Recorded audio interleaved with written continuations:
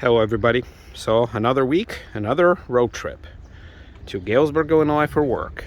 And it's just kind of what I wanted to show you before I head out is just look at all this room. Now, if this was a Honda Accord or a Camry, I'm sure I would have been okay.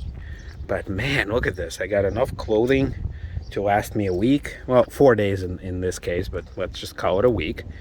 Got all my tools, the stuff that I usually carry. Got my backpack with all the bunch of stuff there, work related. Got a case of water. Got my work shoes there, the steel toes that they require for like production floor. And it's like I could probably fit another week's worth of like, so basically another one of those bags, probably another 3 backpacks, and you know, I don't know, I'll probably take a small screen TV. So yeah. And you know, we got this nice feature which honestly I never really use to close the trunk. Obviously I use it to open, but I never really use that feature to close. So I'm doing it for the camera. So let's see. So I will be running some experiments this time around. I got a lot of flack from you guys for driving in the left lane, which I was going pretty fast. So I don't know where all that came from, but I understand, there's certain, spoken and unspoken rules. I'm not sure if it's in the rules of the road guide. But yeah, I'm going to try to run some experiments, which I will be showing you shortly once I get on the highway. Man, all these little freaking, I don't know what they're called, but they're everywhere, and I'm sure they're falling. Yep, some of them are in there driving me nuts. So hopefully they'll blow out or at least accumulate in one spot, because look at that, all that crap I'm gonna have to clean out. I already see some in there. So all right, well, I'll be reporting from the road. Ugh. Oh man, it's a hot one today. Definitely is. So I haven't really had a chance to recharge my AC, but Nathan J very gracefully offered to help. So maybe when I come back from this trip, I will take him up on his offer. He actually posted a video of him recharging his Avalon, so he has whatever the equipment is needed. All right, to get that going. So we'll be doing that probably when I come back, maybe in another week or two or something. But yeah, I mean, AC works fine, just a little weak. I mean, it's 73, but it does feel a lot worse. All right, so let's see. We're gonna do a reset here. Got a full tank. Yep, 331 empty. Yeah. See, I've been averaging. You can see my average right there. So we're gonna be resetting that again. All right. Let's start driving. All right, so that's what sucks about road trips, is I'm quite out there. I passed the traffic of the Chicago O'Hare Airport. I crossed some construction, and here we seem to have a bit more construction, but I think I'm seeing some emergency vehicles a little bit further out. And man, just by the looks of things, some nasty is happening. I think it isn't. Ooh, yeah, that is it. That is it. I don't know if you guys saw that, but there's a really smashed car. And I think there's more. There's help truck. Well, not what I wanted. Not what I wanted to see. Obviously, definitely don't want to participate in it. Says a guy who's filming while driving. And I'm always wondering, like, what's the point of these green things, like these? Can somebody tell me? Like, are they supposed to prevent people from looking into the other side? Is this a like just to prevent gapers delay, which apparently I'm participating in? But look at that. You got emergency vehicles, you got police, you have fire trucks. I've no idea. Oh, there's a flipped over car. Okay. Well, I don't know if you guys saw that, but yeah, it's a flipped over car all upside down. All right. So, yeah, a little stop. Oh my God, I feel so bad for these people over there, because I'm pretty sure it's backed up for miles now. Thank God it's on the other side. I mean, hopefully the person is alive, but yeah, these people are not going to get home. You know, it's 5:05, 5:07 p.m. Yeah, okay. Well, while I get a little bit further down, what I want to do is I'm going to be taking up the right lane. So when it switches from a 3-lane to a 2-lane, the experiment that I want to run is I will be hitting 80, but I will be doing it in the right lane, and I'm going to check to see how often will I have to switch lanes. And if it's more than a handful of times, you guys are just going to have to forgive me. And I'm just going to keep on the left lane. I'm going to keep up the speed where ideally nobody should be needing to pass me, because will be going over. But hey, maybe I'm wrong. Maybe driving in the right lane and switching over every once in a while, maybe that'll keep the momentum going. Maybe it'll keep me somewhat entertained and engaged in a I guess less than exciting act of driving long distances straight through where all you see are farms. So I think right after this mall, so this is Aurora, I think this is called the Chicago Premium Outlets. It's in Aurora, Illinois. It's a pretty big complex here. I've been here a few times. Usually takes about an hour, 10 minutes from where I'm driving. From where I'm living. So right after we exit like this populous area, you're just going to switch to a 2-lane. So we'll see what happens. All right. So I'm a little bit more out here in the country, starting us off at the good old-fashioned 80 miles an hour. 2-lane highway. I think it's going to stay like this till probably by the time I get there. All right, going 80. Last time I was going 80, 85. So it looks like there's a bunch of vehicles actually in this lane. There's nobody behind me.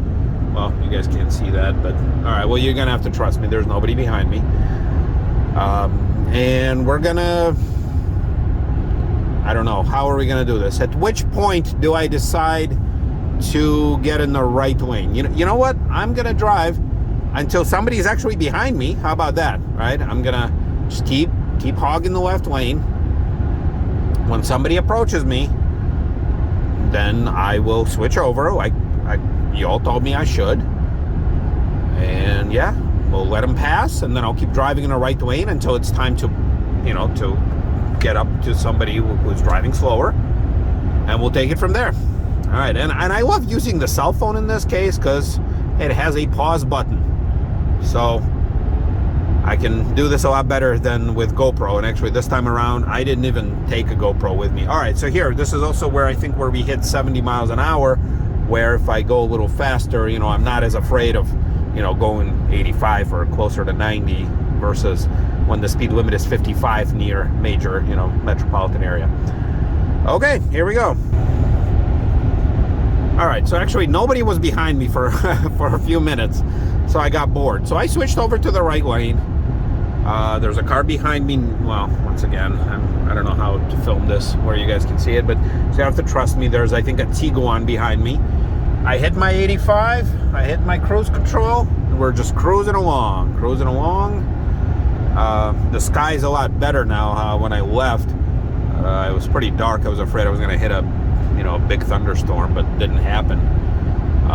Let's look at how we are doing here as far as the stats. All right, so drove 66.5 miles so far. Trip B doesn't count. All right, 282 miles to empty. Average MPGs 21.8. All right.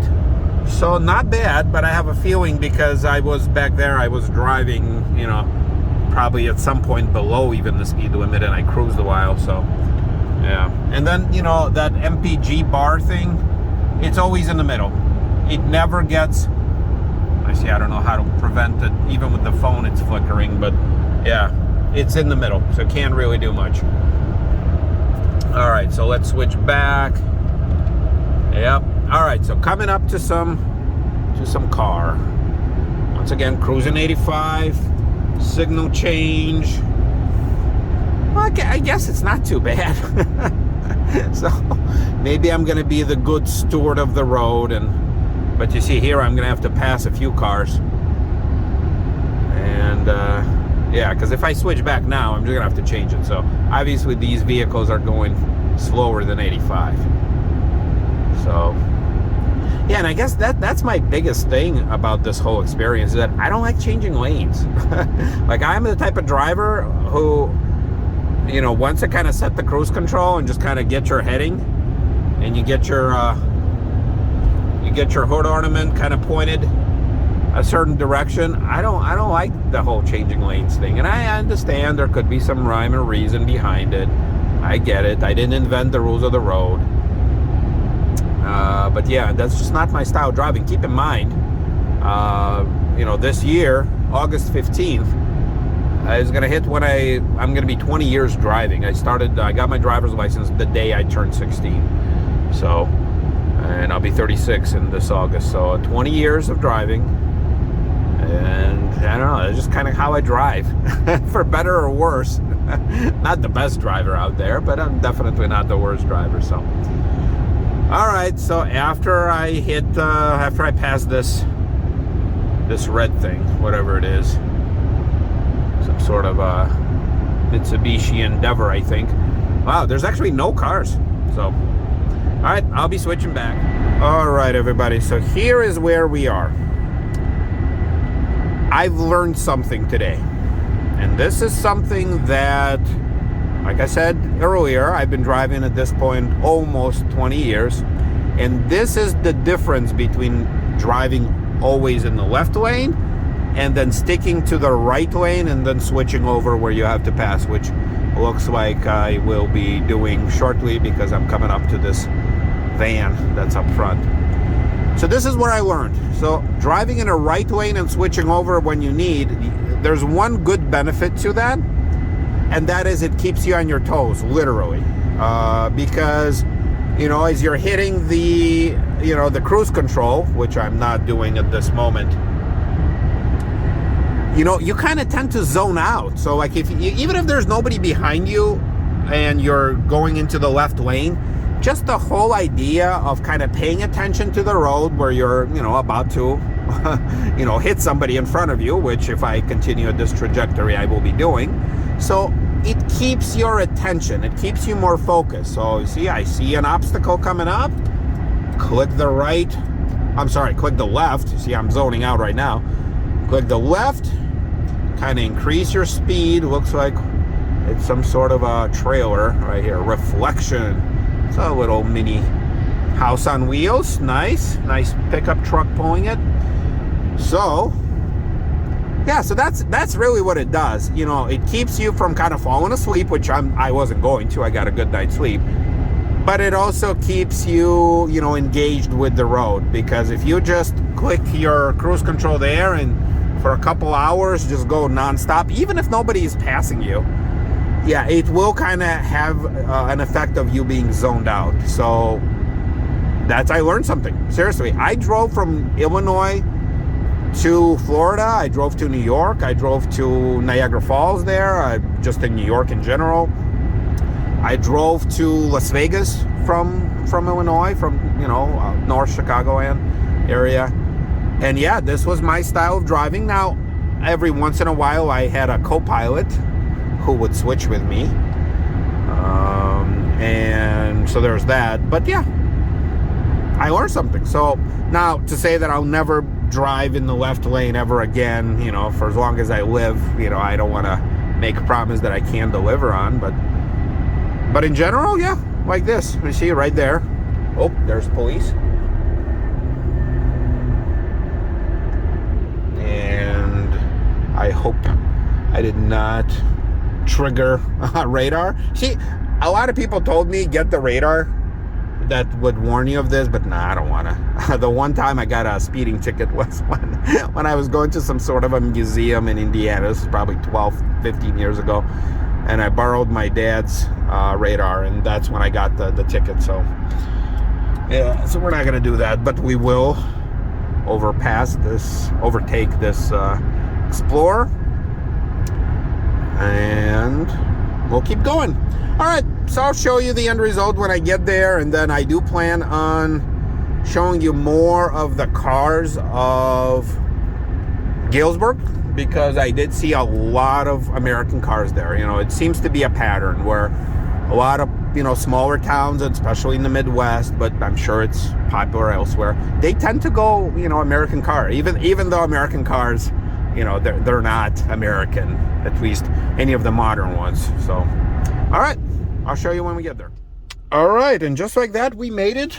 There's my Holiday Inn. If you can see the sign, my home away from home, same hotel, same everything. All right, we've reached, here, maybe this way. Yeah, there you go. 105, 497, 211 miles. 142 miles to empty. And check this out, I got better gas mileage this time. So I probably, you know, could be contributed to the wind. I mean, I drove the same way. Obviously fuel economy is not showing now. Yeah. So I'm gonna shut her off. Yeah, the temperature dropped actually substantially, and as you can see, we got a drizzle happening. So here is my trip, another week. Town car made it with flying colors. AC actually, because it was colder today, like it started dropping, so the AC was actually working fine. It wasn't fighting against you know, all the higher temperature. So check this out. I mean, I parked a little differently. Let's see all the bugs. Well, the bugs washed away, but oh yeah, by the way, I never got a chance to wash my car since the last trip. So, well, there you have it. All right, some sort of a weird bag, but okay.